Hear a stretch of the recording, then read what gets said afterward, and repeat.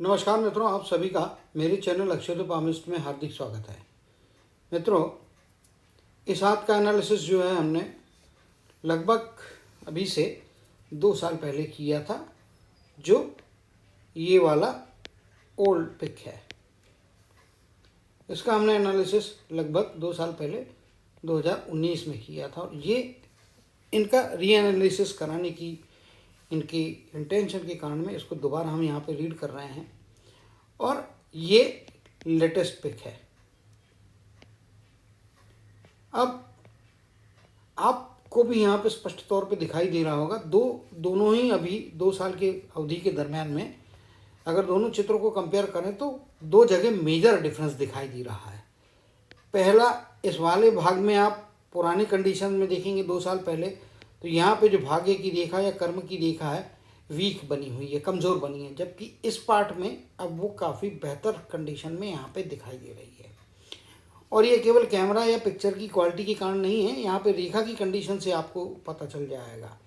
अगर आप ये पॉइंट पे देखें तो यहाँ पे डिसकंटिन्यूड है, लगभग दिखाई नहीं दे रही है, जबकि यहाँ पे वो डार्क हो गई है और उसकी इंटेंसिटी काफ़ी बेहतर हो रही है। ये एक पॉजिटिव इंडिकेशन है जो बताता है कि लाइफ में यहाँ पे पहले की जो कंडीशंस थी उसके मुताबिक कुछ परेशानियाँ कर्म क्षेत्र में और फाइनेंशियल प्रॉब्लम्स उसके कारण में आ सकते थे, उसमें से यहाँ पे जो है परिस्थिति बेहतर हो रही है। और अगर कोई प्रॉब्लम आता भी है तो यहाँ पे उसको इजीली टैकल करने के लिए कर्म की रेखा ज़्यादा बेहतर परिस्थिति में यहाँ पे आ गई है।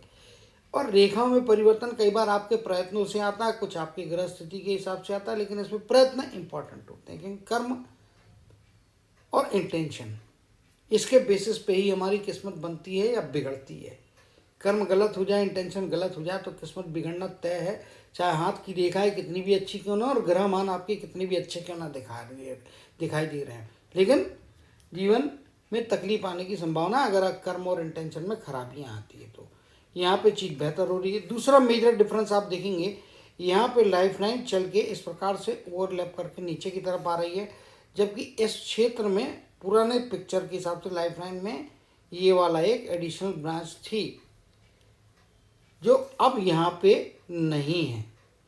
और ये एडिशनल ब्रांच मतलब आपके ओल्डर एज में जाने के बाद में स्थान परिवर्तन, लगातार फ्रीक्वेंट स्थान परिवर्तन कहिए या आप ट्रैवल कहिए, तो उससे छुटकारा यहाँ पे मिलता हुआ दिखाई दे रहा है और स्टेबिलिटी यहाँ पे बढ़ रही है। ये रेखा है यहाँ पे काफ़ी क्लियर है। इस पिक्चर में आप देखेंगे तो रेखाएं फॉगी दिखाई दे रही है, जबकि यहाँ पे रेखाएं स्पष्ट तौर पे दिखाई दे रही है। तो ये कैमरे का सिर्फ नहीं है, ये हाथ में परिस्थितियों का इंटेंट का भी यहाँ पे पॉजिटिवनेस दिखाई दे रहा है।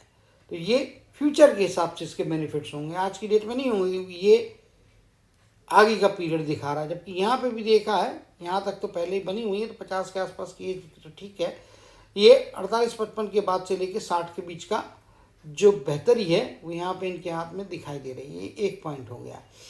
दूसरा, आप देखेंगे यहाँ पे तो इस पार्ट को यदि आप अध्ययन करेंगे तो यहाँ पे कुछ नेगेटिव चीज़ हो गई है।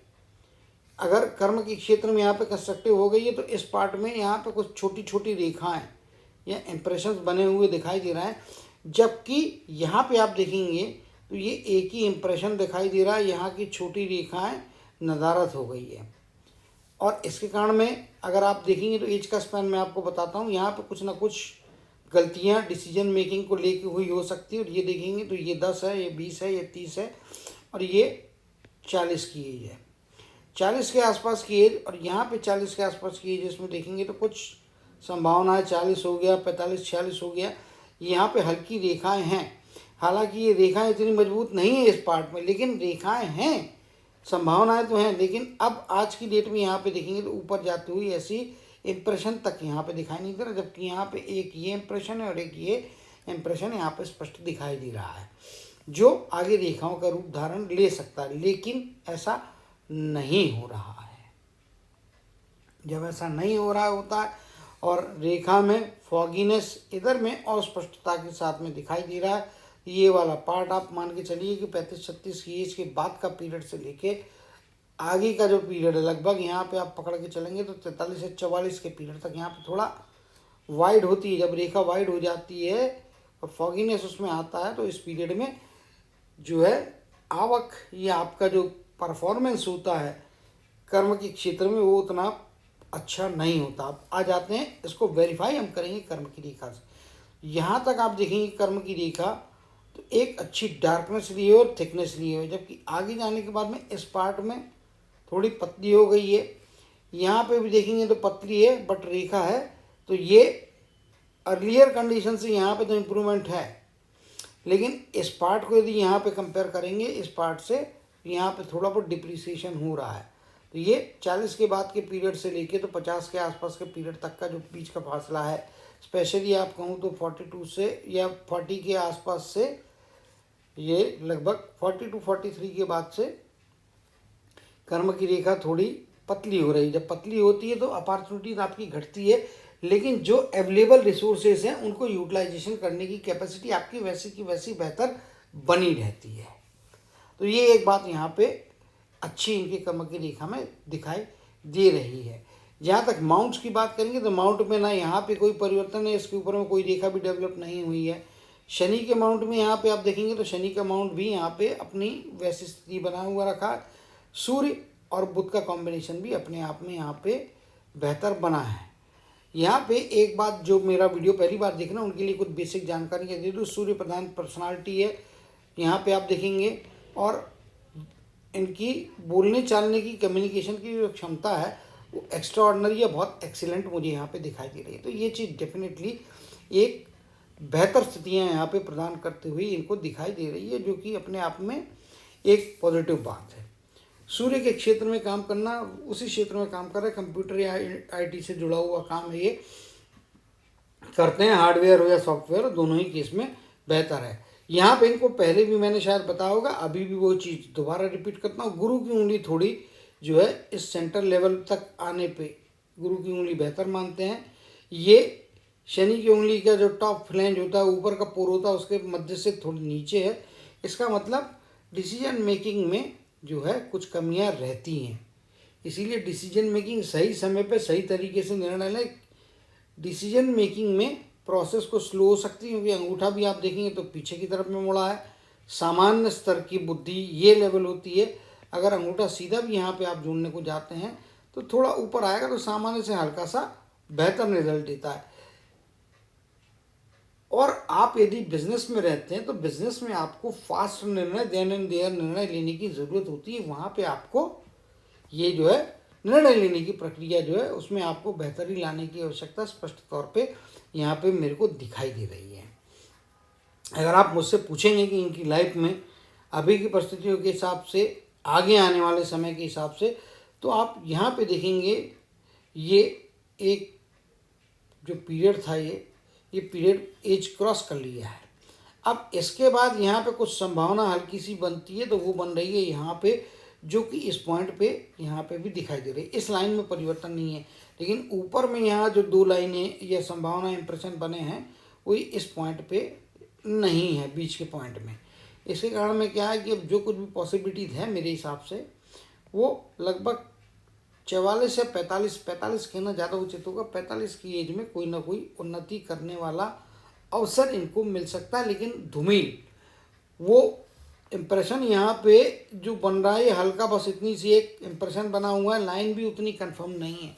इसके लिए इसको ग्रैब करने, इसको डेवलप करने के लिए आपको मेहनत बहुत करना पड़ेगी। लेकिन छोटी हो या बड़ी हो, इम्प्रेशन हो या लाइन हो, कुछ तो संभावना बनती है, और वो 44 के आसपास की एज में यहाँ पे बनती हुई 44-45 के बीच का पीरियड है।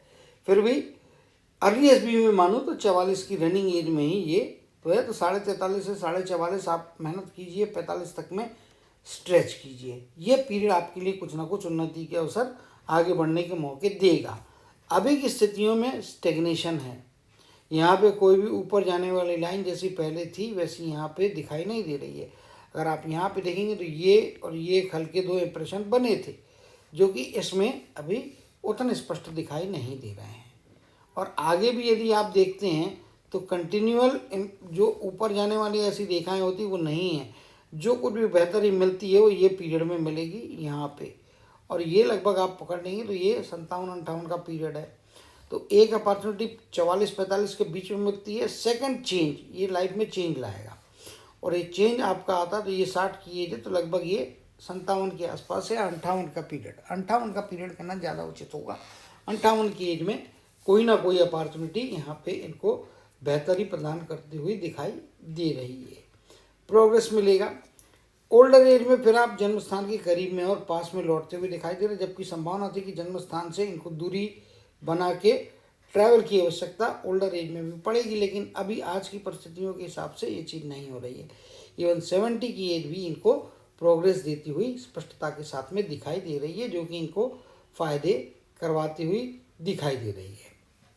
अगर हार्ट लाइन की बात करेंगे तो इसमें कंटिन्यू नीचे की तरफ में आती हुई रेखाएं हैं, जो इंडिकेट करती है कि जीवन में इनको थोड़ा सतर्क रहना चाहिए।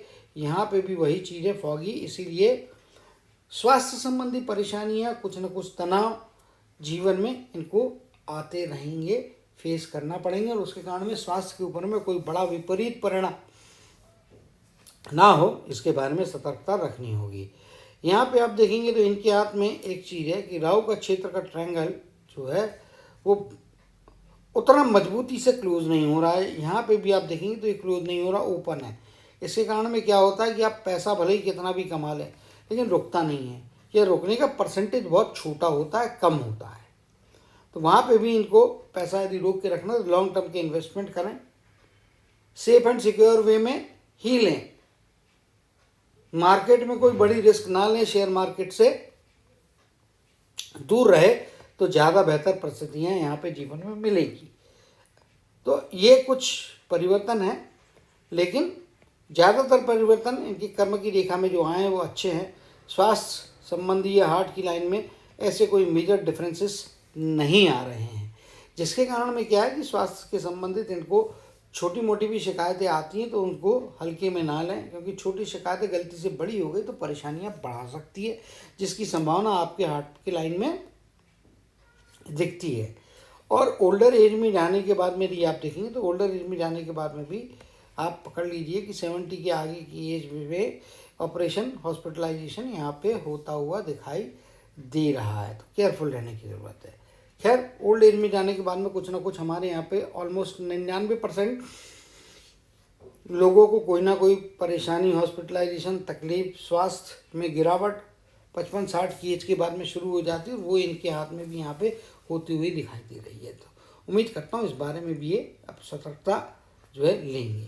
सूर्य की रेखा जिस प्रकार से बनी हुई है इनके हाथ में, दोनों ही कंडीशन में, एक तो ससुराल के पक्ष से लाइफ में एक ना एक बार कभी ना कभी तो बेहतरी मिलेगी, कुछ ना कुछ वन टाइम जो है बेनिफिट्स ससुराल पक्ष की तरफ से मिलते हुए दिखाई दे रहे हैं। सूर्य की रेखा बताती है जीवन लगभग 57-58 की एज के बाद का जीवन बहुत अच्छा खूबसूरत रहेगा।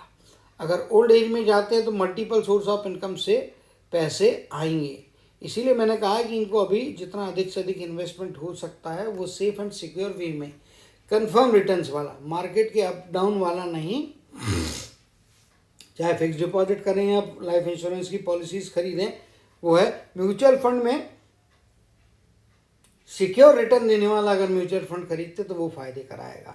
मार्केट लिंक, फ्लोटिंग वाला, शेयर मार्केट, इनसे इनको बचना है। सेफ एंड सिक्योर वे का ही इनको इन्वेस्टमेंट करना। बार बार मैं बता रहा हूँ क्योंकि वो गलती अगर हो गई तो रिटर्न्स नहीं मिलेंगे, मतलब अल्टीमेटली पैसे का नुकसान ही होता है।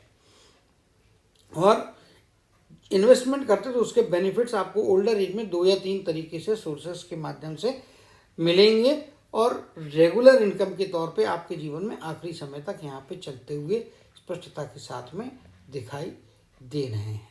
गुरु के माउंट के ऊपर बनी हुई कुछ रेखाएं ये इनको अपॉर्चुनिटी देती हैं। तकलीफें, रुकावटें, सक्सेस अनसक्सेस की जो मेजर पीरियड है वो ऑलरेडी ये क्रॉस कर चुके हैं। इस संबंध में पुराने वीडियो में मैंने चर्चा की है। और आने वाला समय जो कि यहाँ से है, तो ये एक मात्र यहाँ पे छोटी रेखा अभी नियर फ्यूचर में, इमीडिएट फ्यूचर में दिखाई देती है। यहाँ पे भी है कुछ इंप्रेशन, यहाँ पे भी बन रहा है, लेकिन वो अल्टीमेटली आपकी जो है 44 के आसपास की आयु के बाद इफेक्टिवनेस दे रहे हैं 57-58 की एज में, 70 के आसपास की है, 69 की एज में आपको कुछ मौके जो है प्रोग्रेस करने की यहाँ पे मिलते हुए दिखाई दे रहे हैं, जो आगे बेनिफिट करा सकते हैं। तो उम्मीद करता हूँ कि इनके हाथ की जो चेंजेस है उसके ऊपर में जो स्टडी करना थी, जो रीडिंग करना थी, इस बारे में इस वीडियो में मेरे को लगता है कि मैक्सिमम हमने उसको कवर कर लिया है। तो उम्मीद करता हूँ कि जो कुछ नए चेंजेस हैं उनके द्वारा इनको जीवन में अच्छा लाभ मिले, अच्छी उन्नति मिले, अच्छा प्रोग्रेस मिले और सफलता के उच्च शिखर पे ये पहुँच के एक सुख समृद्धि भरी ज़िंदगी हमेशा प्रॉस्पेरिटी की तरफ पॉजिटिविटी के साथ में बढ़ाते रहें, इसी कामना और आशीर्वाद के साथ जय श्री कृष्ण, जय जय शनिदेव कहते हुए इनके हाथ के एनालिसिस को समाप्त करते हुए आपसे विदा लेता हूँ।